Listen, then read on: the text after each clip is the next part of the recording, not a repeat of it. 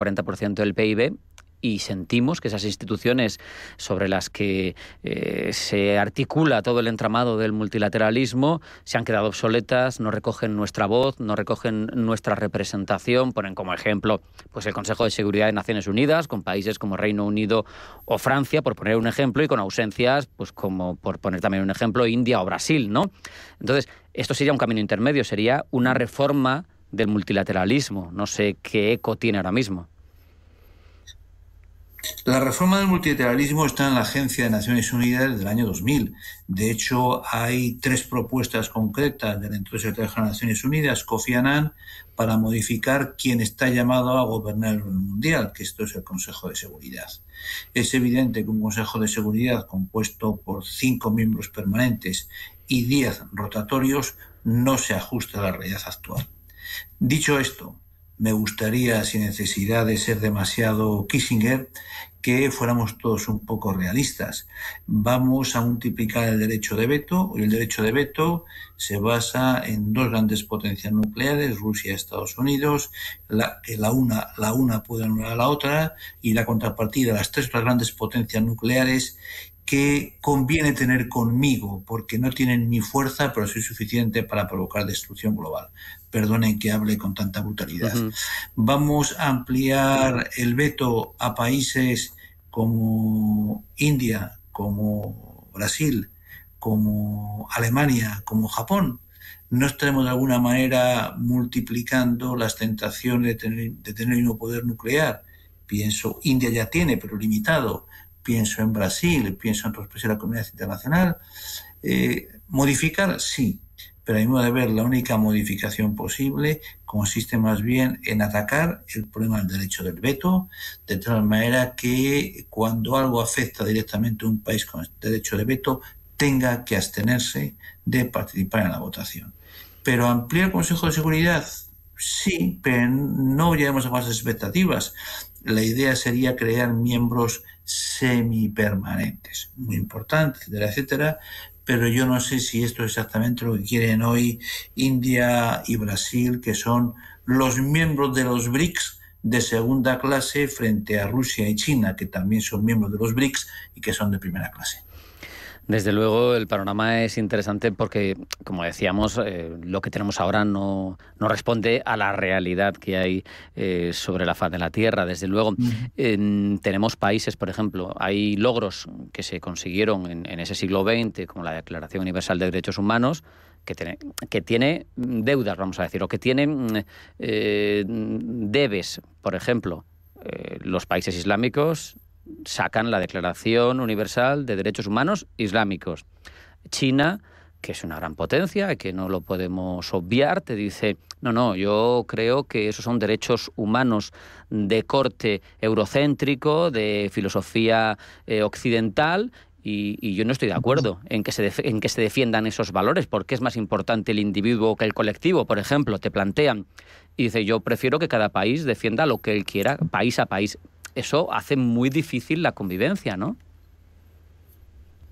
Tiene usted toda la razón del mundo, pero tenemos que partir de una premisa muy importante. El modelo de orden geopolítico está desapareciendo. Hoy el eje geoestratégico ha pasado al Pacífico, Estados Unidos lo ha entendido perfectamente, su interés por Europa ha ido y por el Atlántico ha ido disminuyendo, con que pensar cómo vamos a reinstalar este orden multilateral global. Dicho esto, si yo no renunciaría a algo, son a los derechos fundamentales de naturaleza universal, que ciertamente son eurocéntricos, ciertamente hacen en Europa, pero que representan el común denominador de todo lo que como personas humanas tenemos que exigir.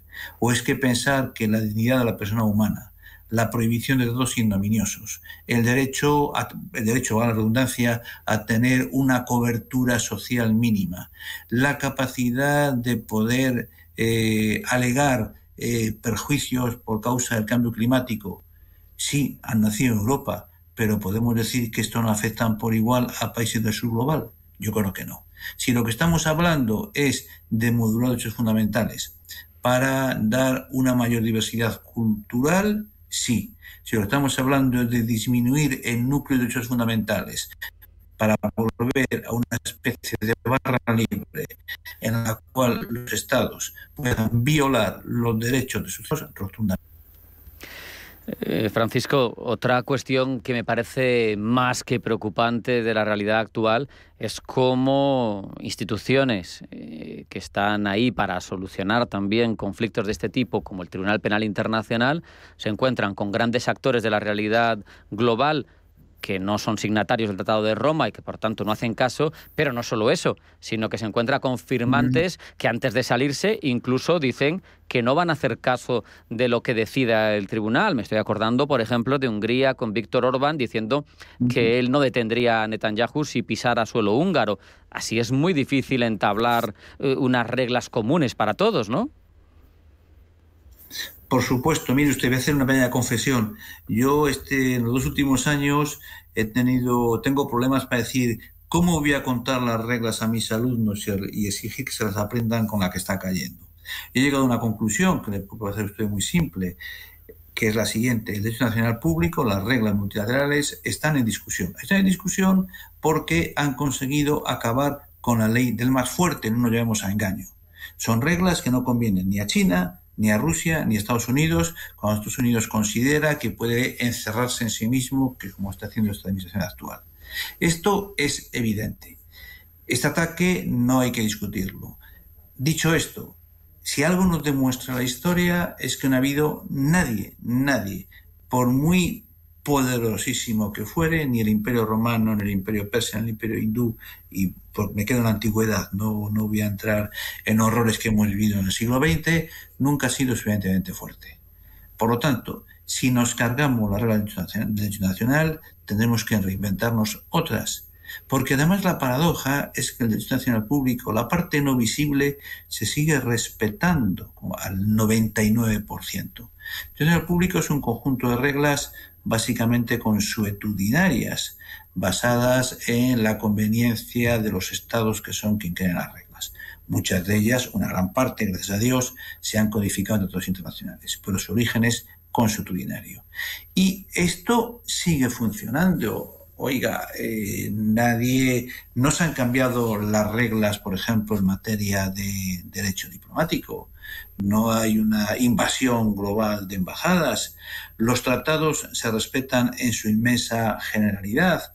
Tenemos reglas en los tratados internacionales que son atacadas, pero que siguen representando un freno a las apetencias, por ejemplo, en materia de explotar los fondos marinos, en materia de rutas en el Océano Ártico, en materia de la preservación de la Antártida. Tenemos reglas multilaterales que hasta ahora ni Estados Unidos, ni Rusia, ni China han dicho que estén en contra de ellas en materia del espacio terrestre, por ejemplo, impidiendo la creación de bases militares en el espacio terrestre.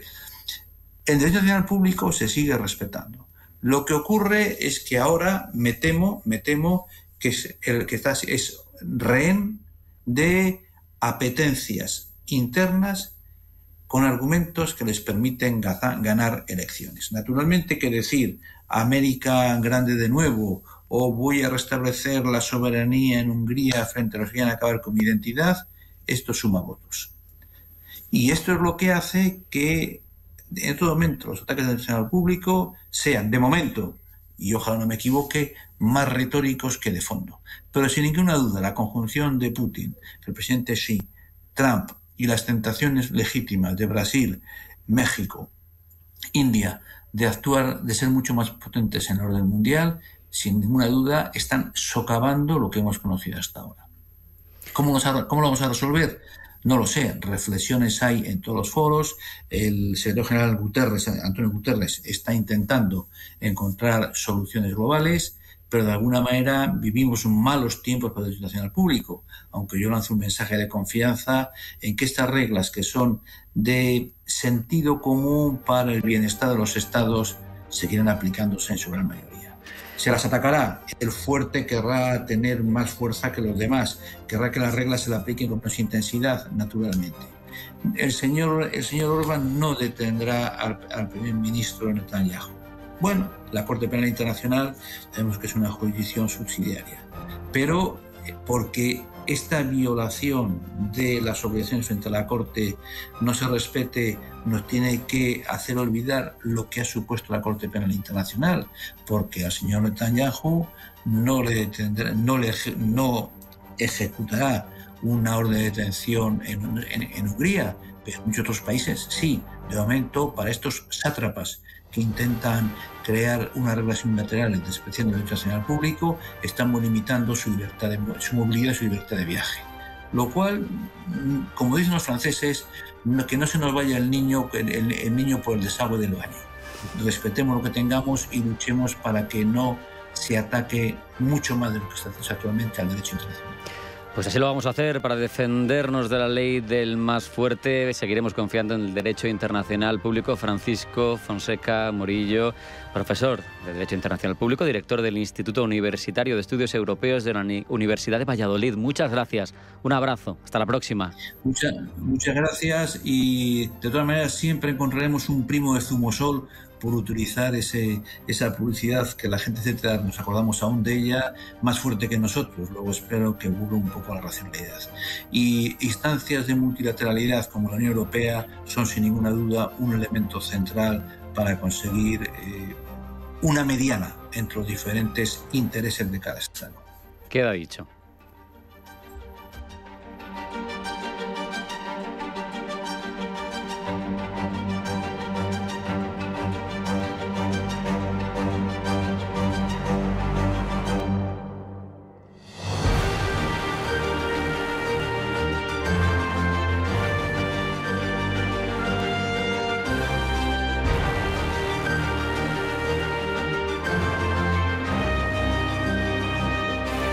En Radio Intereconomía, Pulso Geopolítico.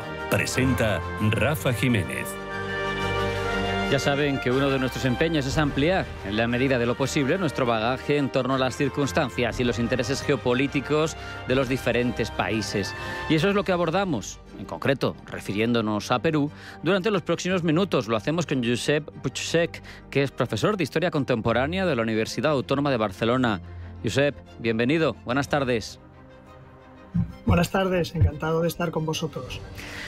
Josep, ¿cuáles serían, en tu opinión, los principales desafíos que la complicada geopolítica global que tenemos ahora mismo sobre la mesa, con conflictos entre potencias, con conflictos entre regiones, con conflictos económicos, plantea para un país como es Perú?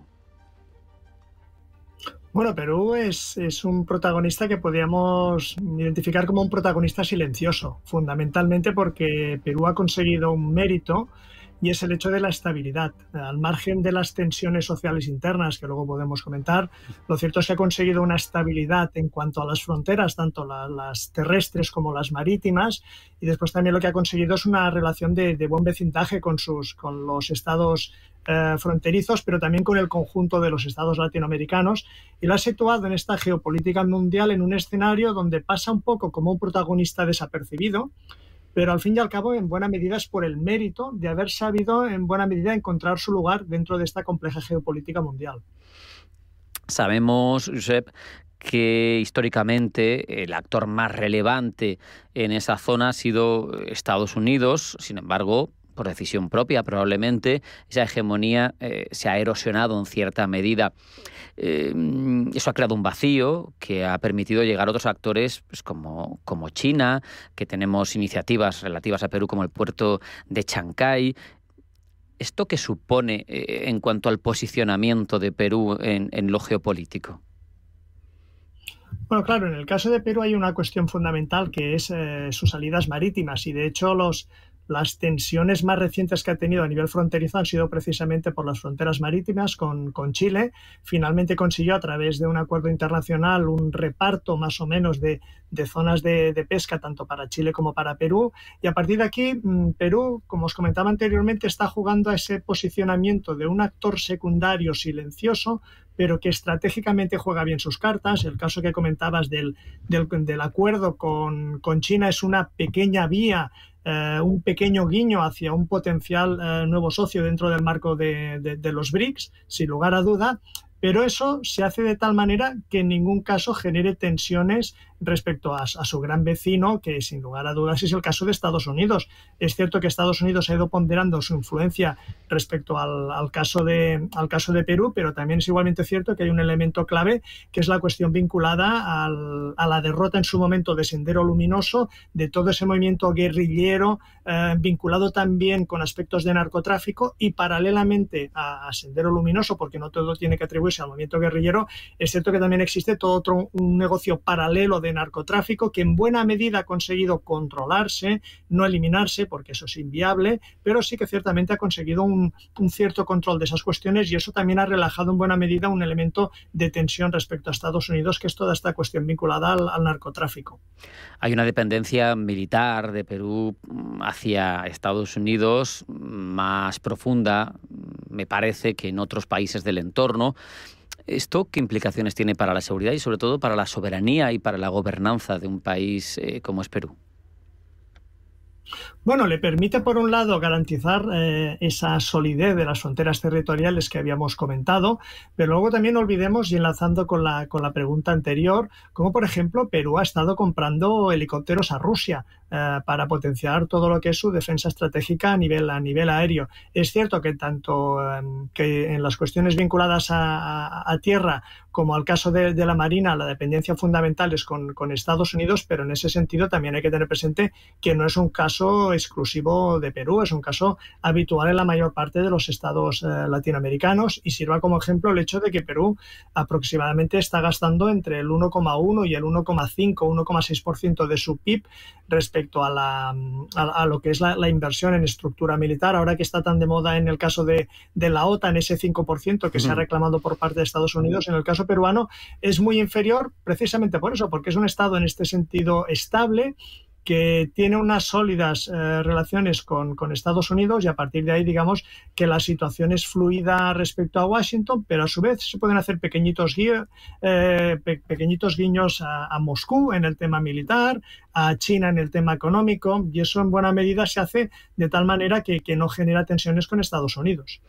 Según quien hable, según quien te cuente, pues te habla de fragilidad institucional por una plétora de gobernantes en estos 2 siglos de independencia. También te hablan incluso de cleptocracia, de democracia corrupta. En cualquier caso, háblanos de la situación interna, de esos males endémicos, del narcotráfico, de cuáles son las claves que condicionan a Perú en este ámbito.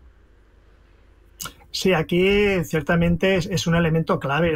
Si hemos podido definir a Perú como un estado con estabilidad por bandera, es cierto que tiene un punto de fragilidad muy notable, que es la cuestión social. Perú es un país muy fragmentado desde un punto de vista social, tanto en cuanto a las rentas, con una gran diferencia entre lo que es el mundo urbano y el mundo rural, como también por la composición étnica, y en este sentido solo hace falta tener presente que de sus últimos dirigentes, un dirigente de origen sindicalista y rural ha sido el caso de Pedro Castillo, ya que ya acabó como acabó. Es decir, la fragilidad de la estabilidad política es el punto más determinante en cuanto a debilidades de Perú, y eso va vinculado en cierta medida también a una creciente falta de desconfianza de la población respecto a ese modelo democrático. De hecho, en las últimas encuestas que se ha pasado a la población, aproximadamente la confianza en el sistema político peruano y en su nivel democrático ha bajado prácticamente a unos niveles del 20%, cuando estaba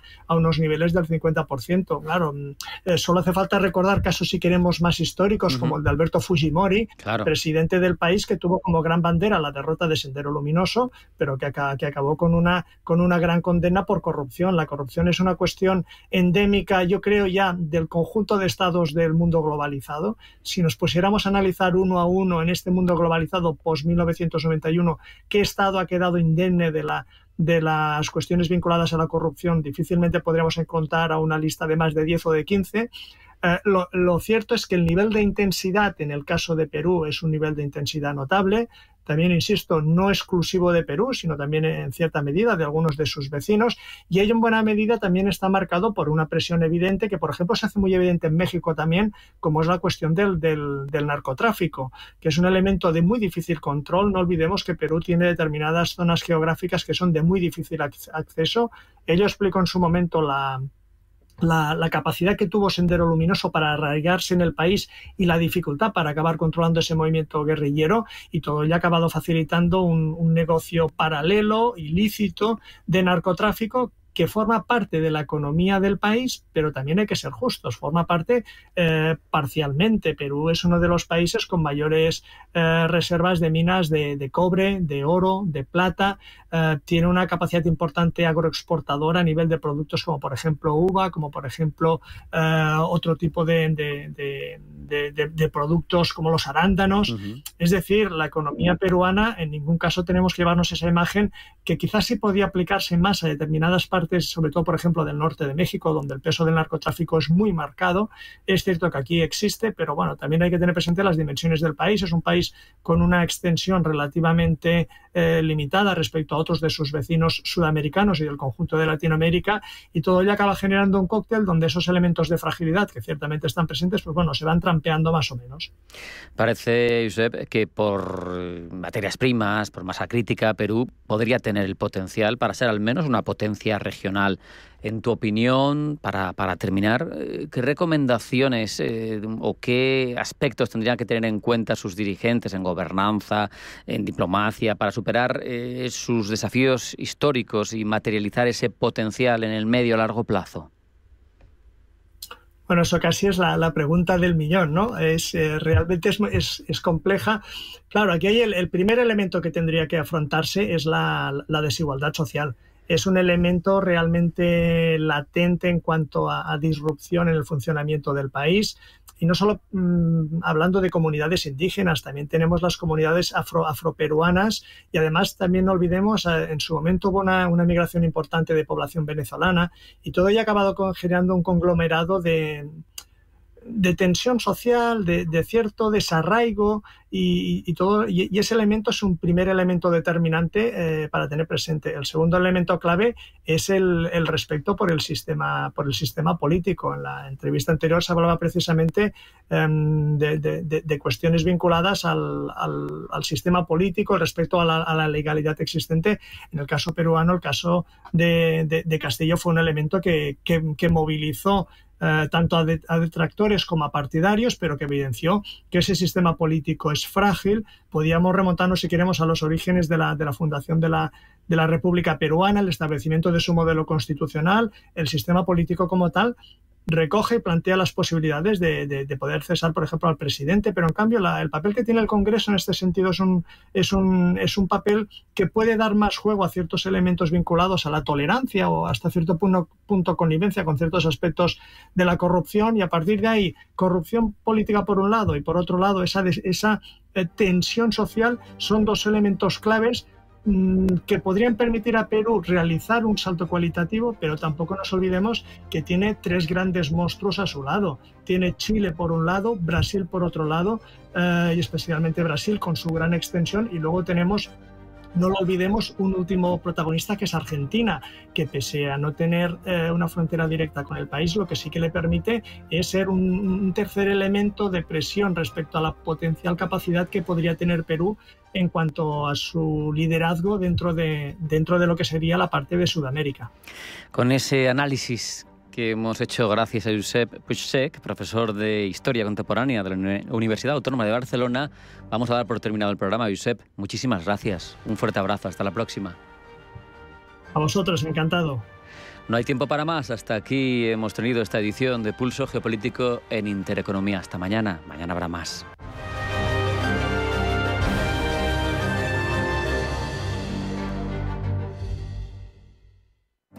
Demo Broker Global, la plataforma a tiempo real de Banco Big que te permite invertir con 100.000 euros ficticios para que practiques sin compromiso. Entra en bancobig.es y aprende a invertir como un verdadero broker. Banco Big, nos mueven tus valores. Anchoas Codesa, calidad, artesanía y dedicación definen nuestra serie limitada, elaborada con la mejor pesca del Cantábrico y hecha 100% en Cantabria. Garantizado. Encuéntralas en tu tienda especializada de confianza. Anchoas Codesa, maestros conserveros desde 1976. Anchoas Codesa, de la mar a la buena mesa. Descubren células madre. Arranca 1995. Llega la inteligencia artificial. La sociedad avanza y la publicidad con ella. Por eso en Autocontrol, anunciantes, agencias y medios, llevamos más de 30 años evolucionando para seguir cuidando de que la publicidad que recibes sea leal, legal, honesta y veraz. Autocontrol. Por una publicidad responsable.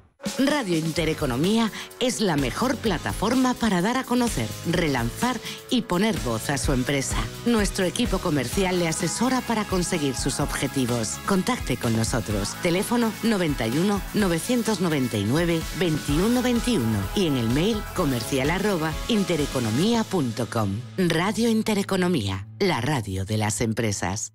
Cada sábado, en Rienda Suelta, te contamos todo lo que se cuece en el panorama ecuestre. Deporte, actualidad, ocio, cultura, tradición, salud y mucho más. De 2 a 3 de la tarde, todos los sábados, en Radio Intereconomía, galopamos en las ondas con Rienda Suelta.